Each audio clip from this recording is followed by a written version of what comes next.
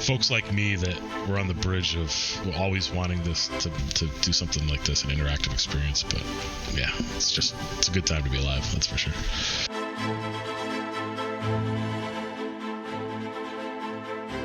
So I think it would be actually kind of fun to take a step back and sort of talk about what your inspirations for Avant-Garde is. I know you had mentioned there were some games from the 90s that you would really base this idea off of. So can you tell us a little bit about how that became the seed and where it's grown?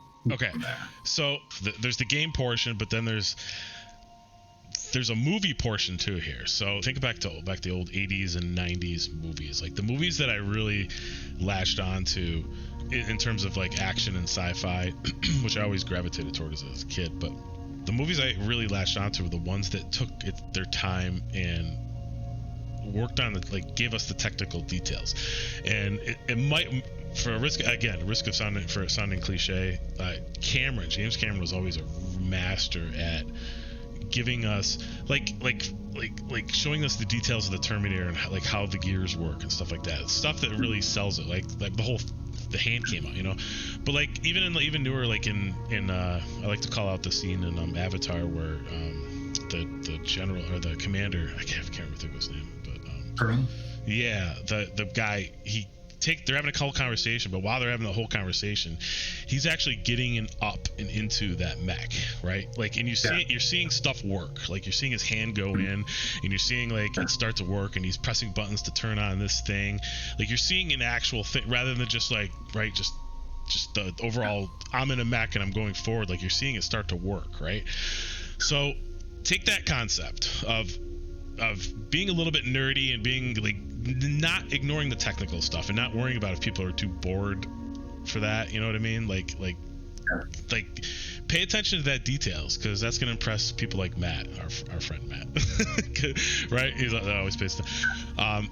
So take that and attach it to I would say there's four games that really inspired this from my youth.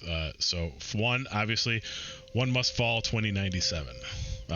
Whether you play that or not, if you got PC Gamer back in the day, you sure as hell played this, because it was like the number one multiplayer fighting game. And it was awesome because it was free and you could load it up on your disc and you could kick your friend's ass, right? One Must Fall, it had the mech battling. It wasn't great, but it was very stiff, right? It was a stereotype game. But the thing that always was so just immersive was the sounds, right? Like you're hitting, it wasn't like these chintzy tin sounds. Like you're hitting and you feel like the iron and and it didn't hurt that it had like the most amazing title screen soundtrack too, which I'm gonna put if I post this video, we should play that. Link to that, because it's amazing. It was actually, we were working with a composer. I used that as one of my inspirations for one of the battle things. So that didn't make it into the trailer, but for the actual battle music, that and the MechWarrior, which anyway, the deep sound effects, that's absolutely something that I want in this game. Like if there's a variety of different weapons and attachments you can use, but like even if it's fast firing, I still want it to have that thick, deep, ironish sound, right, as you're hitting it. So it's, even if you're like rapidly tapping someone with a weapon, you're still getting that deep sound on each hit, right? So and I want the jumps, even though there's some of these we call them exoskeletons. So even though some of these guys can jump and they do agile moves, there's still a lot of work to be done on the weight. Like you got to feel the weight. Like even if you're moving around and it's fast, you still feel the weight. Some other ideas we'll probably touch on in the future is even like the atmosphere within, because this takes place on an alien planet, it's not Earth, so like the gravity could be different. Yeah. Or like, and you had some ideas in the past, like maybe some of that shifts. Like maybe there's gravity spells, and maybe there's the different types of. What does the natural phenomenon on this new planet look like? Exactly. That's the inspiration one. Inspiration two is obviously the whole MechWarrior series. MechWarrior 4 especially, because and we haven't talked a lot about this. So there's and it's almost done, and it's a lot of this stuff is hard to show on social media because it's coding, it's behind the scenes, so it's hard to prototype and show it. So it's this concept that MechWarrior 4 brought for these firing groups. We're not afraid to have a lot of different types. Your loadouts that you can bring into these guys, we're not afraid to have a lot of different types of stuff. So you can have mixed cannons and energy weapons and railguns and launchers and support stuff, and you can have all these different things, right? But you can attach them to firing groups, because who the hell is going to sit here and be like, okay, like treat it like an MMO, you know what I mean? Like 5, 6, 7. Take our tank exoskeleton out, and if no one's seen that, I'll pop it up on the screen. But like it has 2 wide angle bays right on the ends of the thing, and then it has 2 more bays. I'll get a camera here. It has 2 more bays, and then it has a top bay on its head, right, and then it has 2 side bays, and there's 2 on this chest too, right? So it's a big thing, right? It's one of the bigger exoskeletons, but it has like 8 bays that you can put attachments into. In each of those bays, and this is confusing for a lot of people actually, it's not just one attachment in each of those bays. It's like, think of it as like a conveyor cycle on each of these. So I can actually put 2 different attachments in each of these bays, and you can cycle through them. So each of these bays I can actually cycle through. At least that's how it works right now. So whether like it's so to mitigate all that management, which it's insane, and you wouldn't be able to, unless it's like a straight MMO, like tech MMO, I don't know. When you have your loadout, you can say, okay, attach these 2 to primary fire, attach these 4 to primary fire, right? So when you're pressing your left mouse button, all of them are firing, and they're treated separately still. Like they still have different cooldowns and meters and stuff, but you don't have to really worry about individually managing this. If you don't want to, you can group them up, right? So and so you could have cannons and launchers firing off the main ones, right? So that's the aside from the obvious overlaps with like MechWarrior and the mechs and stuff like that, the battling, the concept of firing groups came from MechWarrior. 2 quick ideas. I think it'd be real cool. I mean, I think this is probably something you're already leaning towards in terms of the game design and game development, is that synergies between different firing groups. Like one has a status effect, one has straight damage. I think that would really be key. But and again, since this is sort of a brainstorm session as well, it would be really cool, and of course pie in the sky, if we had a companion app that you could have on your desktop while you're playing and tap that to switch between different firing groups as well. So it makes it a much more tactile, like you're getting into the mech, you're stretching out, you're sort of punching it out, some type of thing. I think adding a little bit of physicality to it would be really cool. One of the reasons it's taken so long to get to prototype is because we are putting foundations in, we're taking baselines in.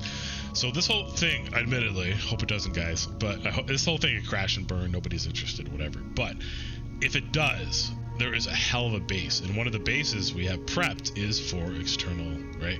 We have a whole API that we can easily send out, right?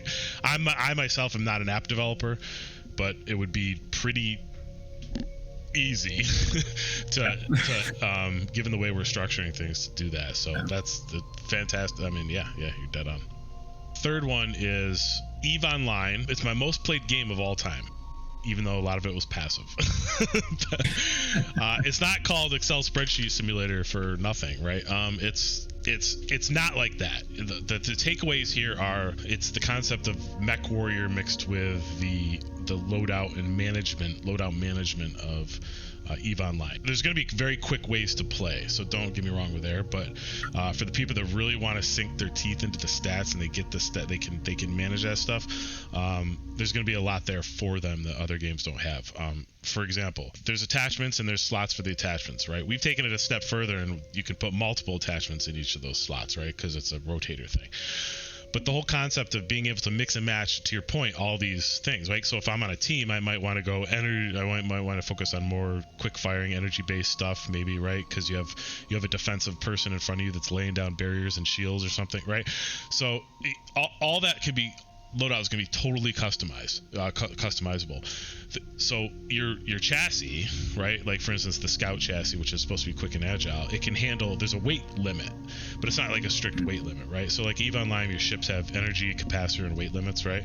So we've been toying with these different because you can't just load in everything, right? There has to be some sort of balance on the other side, saying, okay, well, the Scout can't carry as much as the tank, right? So that whole concept of not just having a simple loadout, but having an advanced loadout that you do have to manage. Maybe quickly swap out, and it might not even be like you're going to a in between matches to swap. Like maybe it's in game, there's these stations to swap. We've heavily going to be relying on support systems. So support, because in the future I absolutely see this, right? Stuff flying in like airstrikes and orbital strikes, and it could just very well be calling in new loadouts, like calling in new mechs to crash down in front of you, doing the superhero poses down onto the ground before you hop in, right? Like even in terms of the just the sheer, again, we're building it from the ground up, so every attachment is unique. Will never be a duplicate attachment unless some weird freak glitch happens. Fourth and final inspiration, and this is where it gets really interesting. Star Wars Galaxies. And no, I didn't say that wrong. This is the old Star Wars MMO from back in the day. I used to play. If anyone out there was ever on the Kedamore server, I probably made you a gun or two. I only bring that up because there's several games over the years I've actually met people from that game still. It's the only game that I really do meet people, because that's the mentality here. Like that, it's a Star Wars Galaxy, old Star Wars Galaxy crowd that's still searching for something, right? So we end up bumping into each other. If you're not familiar with it, it's something that rarely gets duplicated. It's this concept of everything is player created and unique, and with an economy thrown over top of it. So here's the idea, and I'll pop some sample images on top of the screen showing the stats in its current state, how we're dealing with attachments. But everything can be modifiable in attachment. Let's take like a cannon, for instance, like a small single barrel cannon, right? It's got DPS, which is just a calculation, but it's got your damage range, min max. It's got your firing range. It doesn't have any explosion radius because it's a cannon yet. Maybe, I don't know. Maybe there's some add on there. Right. It's got your power usage. So one thing we're toying right now is we've stayed away from ammo. The concept of ammo. Everything is kind of charge based right now, and we're going to see how that plays. So I don't know. So the idea is that there is a max charge, there is a charge rate, and there's a per use charge degradation, right, that you're using, right? So if you're firing, if it's a rapid fire, right, the meter, right, will be like right, it'll start going down and then charge back. So we're playing with that. That's going to take tweaking, I think, especially because that sort of mechanic has been around for so long, whether it's a heat meter or a stamina meter, everything along those lines. I think that's probably one of those things that we'd want to tweak the formula a little bit to make it one, update it, and two, make it work for this world. 100%. And some things like the orbital strike, it's like you use it and there's just a cooldown. Use it, but even that's part of the stats that I've made. Everything is flexible on it. So like if I create an orbital strike, for instance, and for anyone that's not, it's just like literally this satellite in the sky that like ground pounds, shockwave blast, everything dies in its radius. Even like the cooldown period is something that can be made better or worse depending on the quality of the resources used to create that, right? So all these stats are modifiable. So the idea for the single player co-op long-term thing is that there's resources on this alien planet, right? And there's resources, I'll just say, like, there's deposits of carbine. No, there's deposits of carbon, right? And maybe you make, I don't know. I don't know how, this is one of the brainstorming things we do with how big the crafting gets, but at its core, there is this resource called, let's just say, silicon or carbon, right? And carbon has stats, and this is the key from Star Wars Galaxies, is we have our own set of stats. We have like conductivity and a bunch of others, but there's a range. So there's these 5 stats, and each of those can be generated between 1 and some number, right? Ours is 139 or 150 or something, but Star Wars Galaxies was like 1 to 999, right? And copper, for instance, spawned, and it could only spawn for like conductivity was always from like 500 to 1000 or something. Anyway, so copper is the resource, but that's right. There's many different types of copper, right? So there's many different types of resources that can kind of spawn with different stats. So yes, I as a weaponsmith could go out and I could buy resources from, or I can go out and mine, or I can find, like, currently under the ground, right? The resources fluctuated, right? So you set up your miners on the ground, and you pull up the steel, and you could survey ahead of time to make sure it was worth your time, right? But you can see the stats on these, on like the copper, the steel that you're pulling up, and you, at any given time, it could be the best or worst or somewhere in between of anything that's ever spawned on the server, right? So it's never this game of I started first as a weaponsmith, and no one can ever beat me because I've started first, right? There's always this equality given to you by the richness of and the depth of the actual resource system. So that's what we're taking. That I've never seen that replicated really in a game. Like, and here's what that does. If you have varying stats, that means you can have varying qualities of attachment. So while again there's one type of copper, there's a single barrel cannon, right?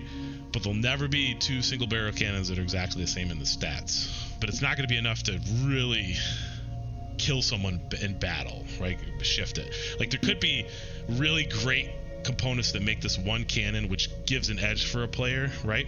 But it's not going to be like a total killer, you know what I mean? Like, it's not going to be, it's the type of thing where you can squeeze out extra stuff, and for the players that are looking to squeeze out that extra stats, they could keep trying to find the better resources, or, you know, trading or finding for the anyway. So all that does is right, it brings it into this, it brings the attachments into this automatic, they're worth something, because the stuff that's going into it. So there's two things we're doing. It's called a single barrel cannon, but there's also a display name, right? So if I'm making something, I can call it, hey, Ben's Kick-Ass Cannon Volume 2 or Version 3, right? So I can start naming these things, and the idea is that it has this custom name associated to it, that it stays with it throughout its life. Another thing, so if I lose it in battle, or if I trade it away, or whatever, right? Maybe you can see, and this is brainstorming stuff, maybe you can see the history of that, right? Maybe you can see of who owned it in the past. So these attachments start having their life of its own, so to speak. You know, these weird named attachments might make their way into forums and start, you know, people would be like, oh, I have, like, that's the legendary whatever, you know. But it's all player driven and player created, which I really like the idea behind. Second thing is, everything can be broken. There's no permanent attachments, and I'm definitely a supporter of this, because that will always keep that system flowing, right? No one's ever going to be, either they're hoarding it and they're not using it because they have the best ever and they just want to have the best ever, right? But everything has a condition, and if you use it, the condition degrades. You can repair it, but if you do repair it, after like 3 or 4 repairs, it could break. But even if you do repair it, the max condition will go down. So if I start at 900 and I repair it, I got a little bit of a degradation. So the max durability is now 850. And that keeps going down. And as it keeps going down, there's a chance it could actually just bust too. So there's that element too. So you could break a legendary weapon, because that's life, right?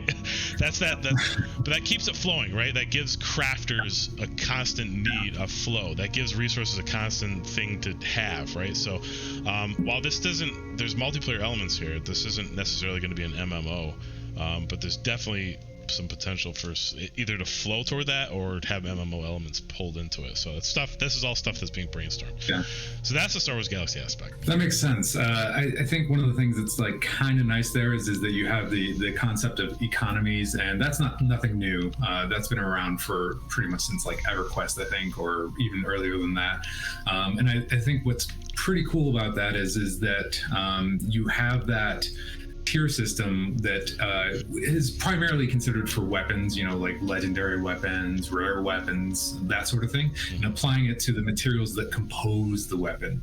And that's a bit different, and I like that. I think one point where I might have some contention with you, especially while playtesting, is when my weapons break on me. Well, okay, yeah. Okay, so you probably would get notified that it was breaking. So if you go into battle with 1%, I don't know, maybe that's your fault. I don't know. Maybe. But then again, maybe there's a skill that degrades somebody's weapon for them. Or that, yes. You've touched on kind of something else too, and there's different types of attachments we have, there's different types of slots that they're compatible with on these mechs. So all these different exoskeletons have these different slot types, right? Like their launcher slots, or their cannon slots, or their support slots, right? And so these attachments can fit into those. So there is like the deployable concept of the deployable or the support slot. So for you, like say I'm just brainstorming, like maybe there's a bomb or a grenade that you can throw out there, and it actually, it's like an acidity thing. I'm just trying to think of what would be physically great a thing. That's the level of, right, that's that Cameron, right, that's that detail, does that. I want it to feel futuristic too, right? So if you're doing stuff, I want that to be like, holy shit, that's something that I could actually kick ass with in the future.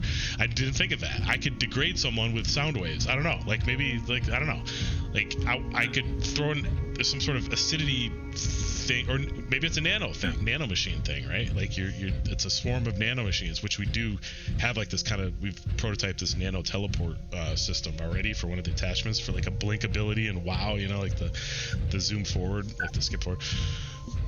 And nano machines are definitely going to be a part of this game, these little bots. So why couldn't they get into your system and start degrading stuff? Absolutely. Next time we'll probably get into a little bit more of the gameplay. At least hopefully you guys got a better idea of what we're trying to accomplish with this game. For you guys at home, join us on Discord. We're there, we're active, we want your feedback. So come. Appreciate your time, Corey, on this Saturday. Have a great day yourself, and catch you guys later. All right, guys, later.